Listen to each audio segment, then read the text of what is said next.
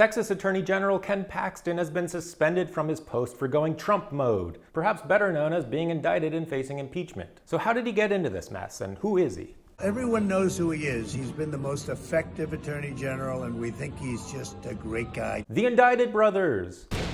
Long before Paxton was circling the drain, he served in the Texas State House and Senate for more than a decade. In 2015, he became the Lone Star State's Attorney General. Throughout his tenure in politics, Paxton was a strong backer of GOP causes. He fought hard to keep Trump's travel ban in place. In the aftermath of the Supreme Court ruling recognizing marriage equality, he told clerks to ignore the justice's decision and refused to issue marriage licenses to same-sex couples. And he frequently attacked the trans community, regularly misgendering folks, and for unknown purposes, he even requested a list of every Texan who had changed their gender on their license. While his tirade against marginalized communities rolled on, Paxton found a niche community of his own, the community of the indicted. In 2015, Paxton was indicted on felony securities fraud charges for allegedly encouraging investors to toss tons of money over to a Texas-based tech company without telling them he'd be paid for it. Due to multiple delays, the case is still awaiting trial. Paxton has denied any wrongdoing and reminded the people of Texas what he's done for them, like, I made sure that our police departments could display our motto,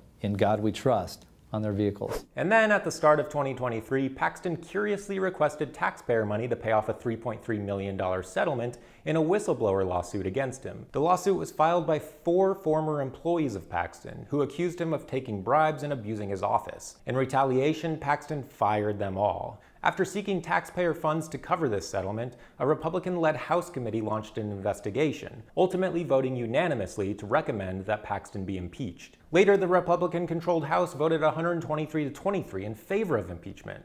Paxton faces 20 articles of impeachment, including allegations of bribery, obstruction of justice, and abuse of public trust. He has been suspended as the state's top attorney and awaits a Senate trial, which will decide his fate. It's worth noting his wife is a state senator in Texas, but she won't be allowed to vote on whether her husband gets to keep his job. At least she'll still have one, doing, whatever this is. I'm a pistol packing mama, and my husband sues Obama. Weird Al for conservatives might be a lucrative gig, and perhaps a necessary one, as the legal fees stack up against a guy who has a lot of explaining to do.